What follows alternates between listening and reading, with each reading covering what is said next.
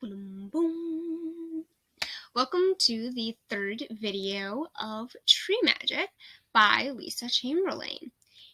So in the last video, I talked a brief introduction about what part one will be broken down into two parts. And in the first part, it will be broken down into two parts. And then the last part of part one, we'll be talking about the tools.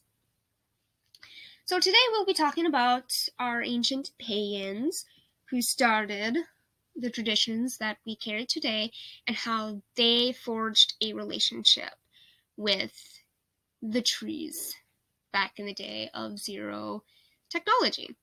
So the magical and spiritual significance of trees was known to all cultures around the world from the beginning of human history. These beliefs differ because of cultural aspects, but many of these ancient beliefs are still alive today in some form. So Slavic paganism, Greek paganism, Roman paganism, and even Wicca, which takes a bunch of different paganisms and kind of molds them together for one religion. And that's why I really like Wicca, is because you don't focus on like one specific pantheon. Like you can be incorporated into like many different pantheons. So in some cultures, they believe trees have souls that are unique to themselves. So like they just have a soul. That is something that animism comes from, where every living and non-living being has a soul. There are some cultures, like the Greeks and the Romans, who believe that trees don't have a soul, but they are home to special tree-dwelling spirits. Hamadryads is... So like dryads and nymphs, all that stuff. The book calls them hamadryads, which is probably like the full collection of what they're called. And that could be like elementals, like the fae, and other stuff. There's also other cultures that believe that they could be the home of deities. So I don't believe in that form. However, I do believe that trees do have a soul and that they can also be the home of special spirits, because I believe in dryads and nymphs that live in the water, or nymphs, or nymphs. Yeah, I believe sylphs are the air elementals. So I do believe in the elementals, and that they do live, like there's elementals that live in the water, air, fire, and the earth, more specifically in trees. So in India, there is a sacred grove literally dedicated to the Indian monkey god Hanuman. I believe I pronounced that right. And for the ancient Romans, oak trees are connected with Jupiter, which is the equivalent of... actually felt good. Of the Greek god Zeus. And there's a special fig tree in the center of Rome that is sacred to Romulus, which is the city's mythical founder. And when I was in Italy 3 years ago, back in 2016, I wish I had known about this, because I was in Rome for a day through college. It was a college trip, and I definitely would have loved to have taken a picture of this tree, and so then I would have something to show you guys. So I guess Google it. But some cultures even believe that trees can feel pain, and certain trees have been said to make terrible sounds when being cut down. I can't remember if it's in America or somewhere in Europe, but there are I guess it can be both because there's multiple stories of not, I guess, groves of trees, like forests that are called screaming forests, or the forest of screams, where the wind blows and it sounds like the forest is screaming. So if you're surrounded, I haven't heard any screaming trees up where I live, but if you do hear screaming trees, pay attention to the screams because it could either be the trees or someone's being brutally murdered. Just saying. It could be either. Yeah. Ancient Persians have actually waited until trees fell down naturally on their own through, like, they were just so old and they fell down, or there was a storm before they would harvest the trees. Now, a lot of you know about the elder. Some of you may not know about the elder tree, where that is sacred to the goddess. And you must never harm or bring any part of the tree into your home. At least that's what I've read. And I actually don't know what the elder looks like.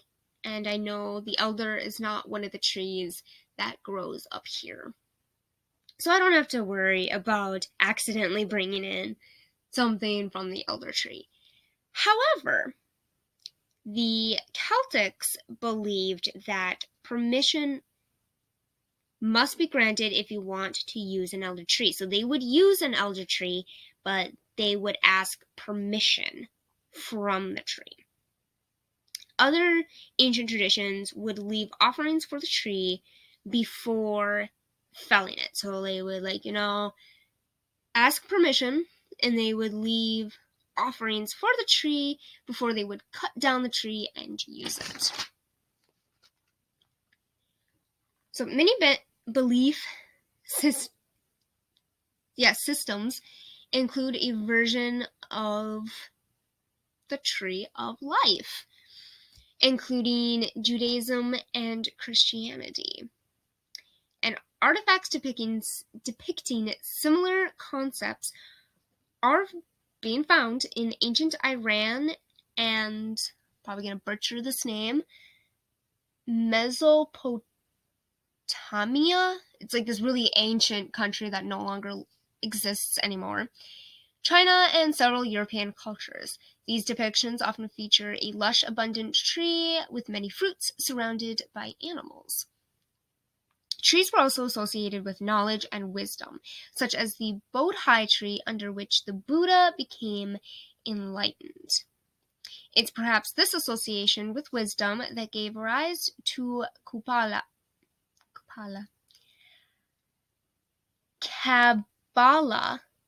a mystical tradition that began in Judaism and has been adapted over the centuries by both Christians and magical practitioners alike.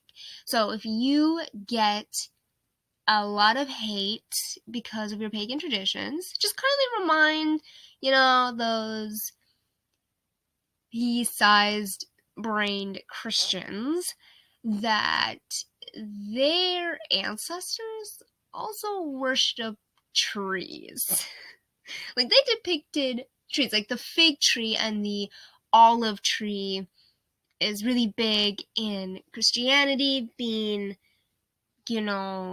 associated with their God, Jesus. And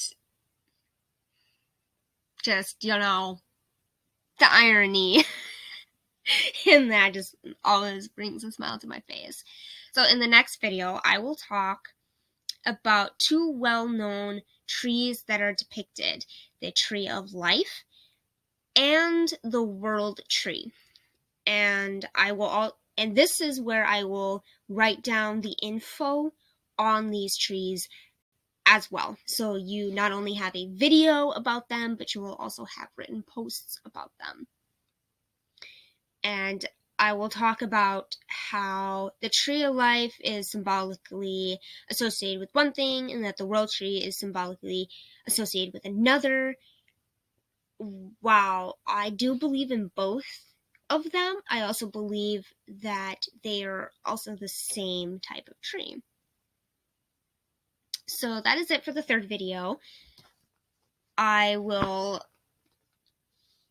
hopefully post 3 more videos tomorrow. I was in the middle of researching or writing down my research last night, so I'm not done. And I just got too tired after work, and I was like, I'm gonna go to bed now. So that is it for today. I hope I'm not talking too fast. I do have a habit of talking fast. I think that's a southern thing because I was born in Phoenix, Arizona, where we do talk fast, I guess, down there. And then I was adopted up in Minnesota, where you will hear my Minnesotan accent, where we hold our O's. So if I am talking too fast, please let me know and I will slow it down for you. But with that, have a blessed day, blessed be, and remember, keep calm and witch on. Bye, guys.